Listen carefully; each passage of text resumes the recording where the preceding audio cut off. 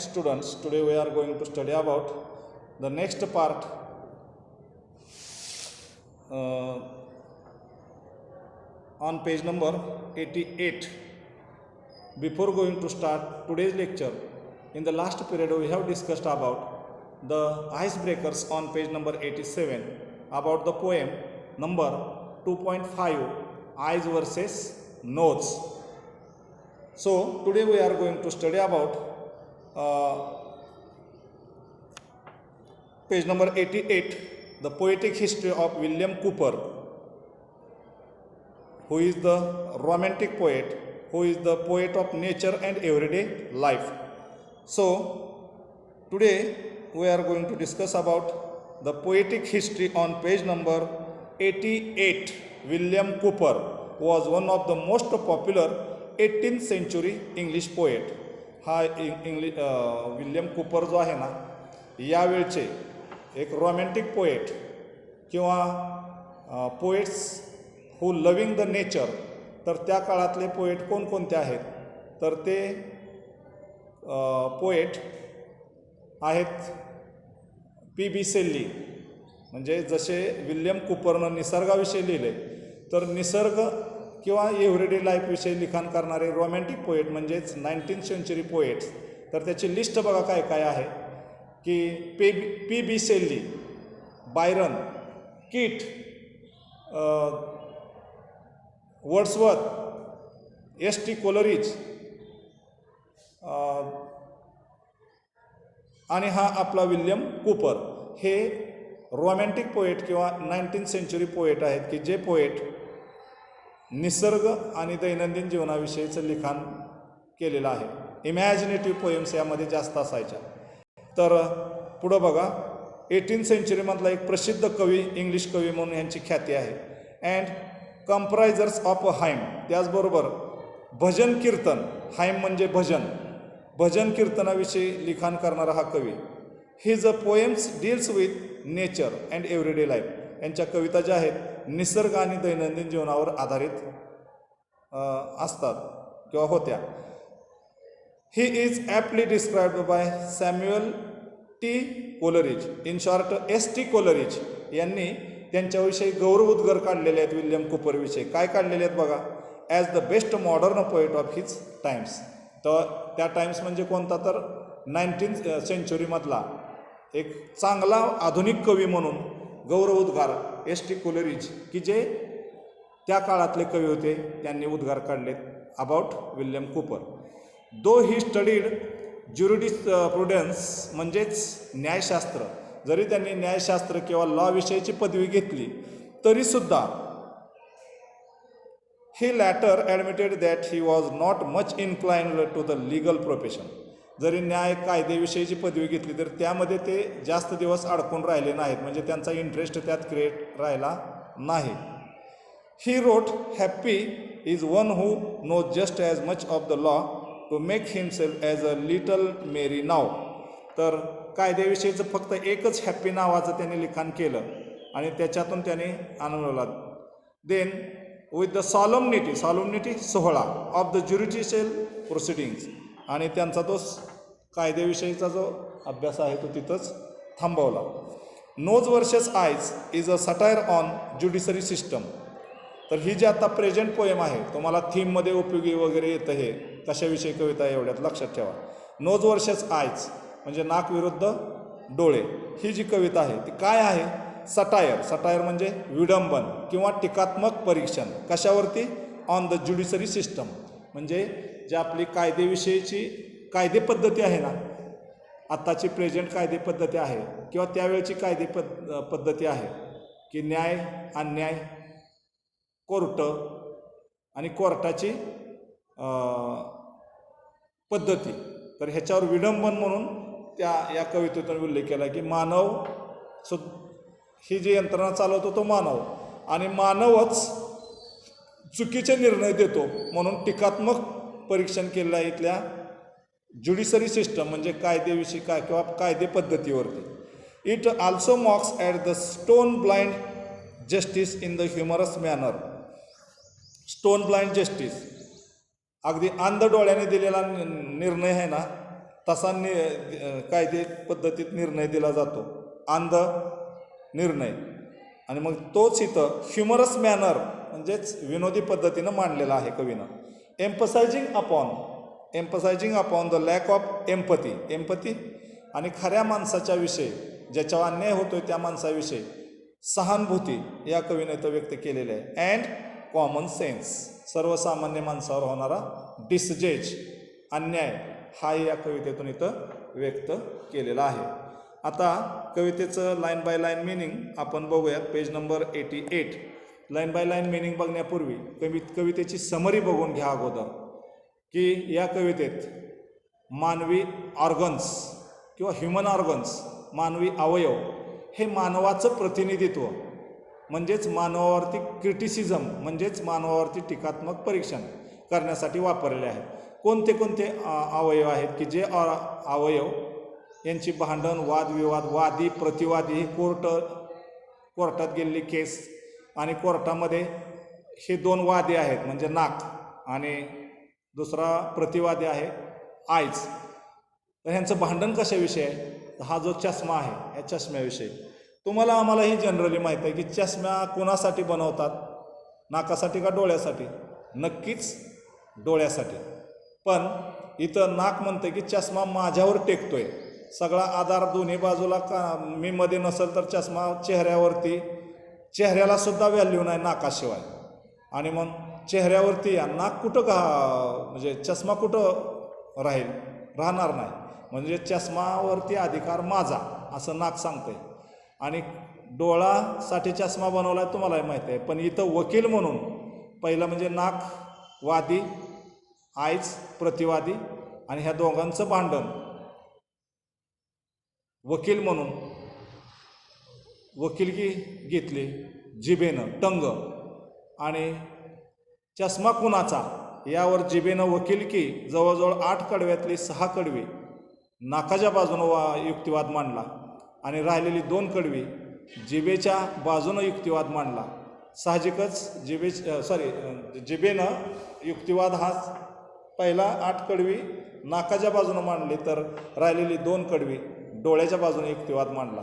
आणि साहजिकच हा युक्तिवाद जो आहे तो मांडताना डोळ्याच्या बाजूनं जिभेकडून म्हणजे ॲज अ लॉयर म्हणजे एव्हिडन्स असा क्लिअर एव्हिडन्स मांडता आला नाही. आणि वकील म्हणून इयर कानाने ती न्यायदान केलं, जजमेंट दिलं. आणि साहजिकच spectacle to whom does spectacle belongs, in the side of nose or in the side of eyes. आणि साहजिकच एव्हिडन्सेस जे आहेत ते टंगनं जास्त मांडले नोजच्या बाजूनं. आणि साहजिकच राईट जो आहे का म्हणजे चष्म्यावर अधिकार जो आहे तो गेला नाकाच्या बाजूनं म्हणजेच डोळ्यावरती. तुम्हाला आम्हालाही माहिती आहे की चष्मा only made for eyes and eyes use the spectacle instead of nose. पण न्याय देताना वकिलाने वकिलाने मांडताना टंगनं नाकाच्या बाजूनं जास्त एव्हिडन्सेस मांडले आणि आईजच्या बाजूनं कमी मांडले. साहजिकच कोर्टामध्ये एव्हिडन्सेस जे आहेत म्हणजेच भक्कम बाजू मांडण्याचे पुरावे जे आहेत ते गृहीत धरून न्यायदान दिलं जातं. आणि त्या पद्धतीनं कानानं न्यायदान दिले की चष्म्यावर राईट नाकाचाच इन्स्टेड ऑफ आयज. आणि मग ही चुकीचा निर्णय दिला. हे कवीनं इथं एक सटायर ऑन ज्युडिशरी सिस्टम म्हणजे मानवा किंवा कायदेविषयीची ही कायदे पद्धती आहे त्याच्यावरती विडंबन या कवितेतून मांडायचं केलेला आहे प्रयत्न. तर लाईन बाय लाईन मिनिंग बघा आता page number 88. Between nose and eyes a strange contrast arrows. नाक आणि कान यांच्यामध्ये एक मोठा वादविवाद सुरू झाला. The spectacle set them unhappily wrong. चष्मा नाकावर टेकतोय आणि चष्म्यावर अधिकार नाकाचा का डोळ्याचा याविषयीचा युक्तिवाद सुरू झाला म्हणजे भांडण. The point in dispute disagreement. निराशेपोटी हा युक्तिवाद कुठे गेला? As all the world knows. जगाला सगळ्या माहिती आहे की चष्म्यावर अधिकार कोणाचा? डोळ्याचा. पण नाक अधिकार दाखवते आणि साहजिकच नाकाच्या बाजूनं म्हणजे चुकीच्या बाजूनं अधिक चष्म्याचा निर्णय दिला गेला. म्हणजेच ही टीकात्मक परीक्षण या कवितेतून केलेलं आहे. To which the said spectacle ought to belong, की कुणाच्या बाजूनं चष्मा जाईल, चष्म्यावर अधिकार कोणाचा, हा वाद सुरू झाला. साहजिकच वकील म्हणून बघा, so tongue was the lawyer, वकील म्हणून जीभ काम पाहते. अँड आर्ग्यूड द कॉज, याच्यावर युक्तिवाद तिनं मांडायला सुरू केला. With a great deal of skill, अगदी स्किलफुली तिनं युक्तिवाद मांडाय केला. कोणाच्या बाजूनं, चष्म्यावर अधिकार कोणाचा. As a wig full of learning, wig special covering for head made of artificial hair worn by the जज. तर साहजिकच जजच्या पुढं निर्णय दिला गेला, मांडायला सुरुवात केली. Which while chief baron a powerful person, की ज्याच्याकडं खरा न्याय अधिकार आहे, जज, तो कोण आहे इथं, इयर, कान. Sat to balance the laws, दोन्ही बाजूचं विचार उलटसुलट थिंकिंग करत होता तो. So famed for his talent in nicely discerning showing good judgement, आणि योग्य पद्धतीनं न्यायदान करायचं त्याने त्याचं काम चालू ठेवलं. In the behalf of nose, जिभेनं आता नाकाच्या बाजूनं, तुम्हाला इथं शब्द येतील नाकाच्या बाजू किंवा कोर्टात वापरले जाणारे शब्द कोणते, तर इथं लॉयर, त्यानंतर युअर ऑन द किंवा लॉर्डशिप, युअर ऑर्डर, हे शब्द वकिलीचे आहेत, ते तुम्हाला द्यावे लागतील तिथं. Find out the words which are related to the court, तर ते शब्द द्यावे लागतील. In the behalf of nose it will quickly appear, आता नाकाच्या बाजूनं निर्णय देताना बाजू मांडताना वकील काय म्हणते बघा. Your lordship, he said, will undoubtedly find that nose has had spectacle always in the wear. साहजिकच चष्मा हा रेस्ट होतो डोळ्यावरती, नाकावरती, आणि म्हणून which amounts to position time out of mind. साहजिकच पोझिशन म्हणजे अधिकार, राईट कुणाचा आहे चष्म्यावर, नाकाचाच, असं जीभ मांडते कोर्टात. Then holding the spectacle up to the court, चष्मा असा वर धरून कोर्टात जजच्या पुढं, जीभ पुढं सांगते. Your lordship observe they are made with a straddle extend across both side. ही जी नाकाच्या इकडच्या आणि इकडच्या दोन बाजू आहेत, स्ट्रॅडल म्हणलं याला, ती कुणावर डिपेंड आहेत, नाकावर. As the wide as ridge of the nose, ridge म्हणजे कडा, ही नाकाची टोक, याच्यावरती रेस्ट होते. In short design to sit close to it just like a saddle, जसा घोड्याला सॅडल खोगीर लगाम घालतात ना, अगदी सेम त्या पद्धतीनं रेस्ट कुठं होतोय, नाकावर. म्हणजे जीभ बाजू मांडताना नाकाची बाजू योग्य पद्धतीने मांडते कोर्टात. Again would your lordship a moment, पुन्हा एक पुरावा देते, एव्हिडन्स देते की again would lordship a moment suppose it is case that has happen and may be again that the visage and countenance म्हणजे फेस, जर चेहऱ्यावरती नाकच नसतं, हॅड नॉट अ नोज, नाकच नसतं, प्रे हू वुड ऑर हू कुड विअर द स्पेक्टेकल देन, मग चष्मा कसा घातला असता. मला विनंती करते, सांगा मला चष्मा कसा घातला असता. आणि म्हणून पुढं चष्म्यावर राईट नोजचाच, असं वकील पद्धतीने ते मांडते. On the whole it appears and my argument shows with the reasoning that court will never condemn, आणि माझ्या सर्व बाजू मांडण्यावरती कोर्ट नापसंती व्यक्तच करू शकत नाही की चष्म्यावर राईट नाकाचा नाही असं म्हणू शकत नाही. That the spectacle plainly were made for nose, साहजिकच चष्मा फक्त आणि फक्त नाकासाठी बनवला आहे असं ते जिबीनं मांडलं चुकीच्या पद्धतीनं. And the nose was as plainly intended for them, आणि साहजिकच त्याच्यावर अधिकार चष्म्याच्यावरती नाकाचाच, असं इथंपर्यंत भक्कम पुराव्यानिशी जिबेनं नाकाविषयी मांडलं. आता शेवटचे दोन कडवी डोळ्याविषयीची बाजू मांडते बघा. Then the shifting he side, बाजू बदलत, ॲज अ लॉयर, वकील म्हणून, हू नोज, वकिलांना बाजू पलटवायचं माहीत असतं, तसं जिबेनं, जीभ ही बदलायसाठी असते का पाळायसाठी असतं ते बघा, हेही इथं कवीनं सांगितलेलं आहे. ही प्लीडेड म्हणजे विनंती केली, again in the behalf of आयज, डोळ्याच्या दृष्टीतनं पुन्हा विनंती केली त्या जिबेनं. आता दुसरी बाजू मांडताना चष्म्यावर अधिकार कोणाचा. But what were his arguments few people know, पण ते वादविवाद जे आहेत ना भक्कमपणे मांडू शकले नाही जीभ डोळ्याच्या बाजूनं. आणि एखादी कोर्टात कसं असतं, एखादी बाजू जी भक्कम जादा आहे त्याच बाजूनं निर्णय असतात. इथं निर्णय भक्कम मानले गेले नाहीत म्हणून निर्णय चुकीचे होत चालले. For the court did not think they were equally wise. आणि कोर्टाला जी डोळ्याच्या बाजूनं मांडलेले एव्हिडन्सेस आहेत, पुरावे आहेत, ते सफिशियंट वाटले नाहीत. So his lordship decreed with a grave solemn tone. Decreed official order that has force of law.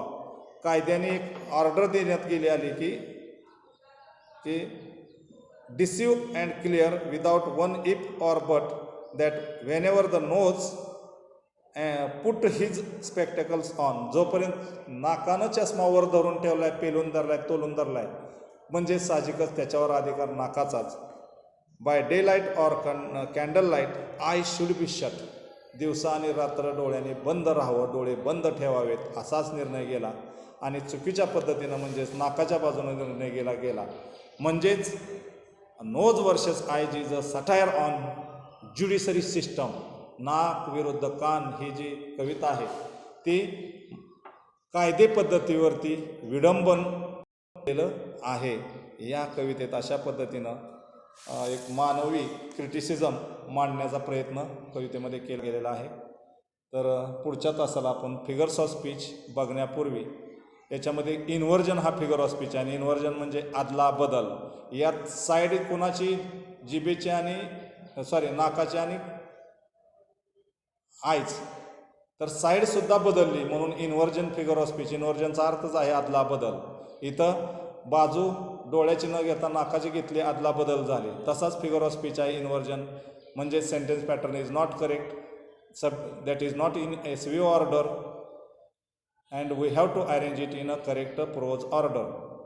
In inversion, subject is placed in the place of object and object is placed in the place of subject.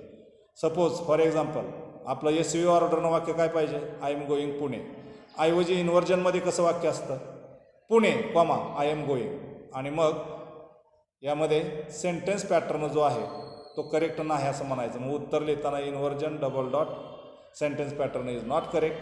आणि correct sentence pattern काय होईल, तर Pune I am गोईंगच्या ऐवजी I am going Pune हे correct pros order होईल. की जसं इथं साईडसुद्धा जिभेच्या बाजूनं, नाकाच्या बाजूनं आणि डोळ्याच्या बाजूनं आदला बदल झाली, तसंच इथं इन्व्हर्जनचं सुद्धा आहे. तर पुढच्या तासाला बाकीचा भाग बघूया. Till then we are going to stop here. Thank you. Okay.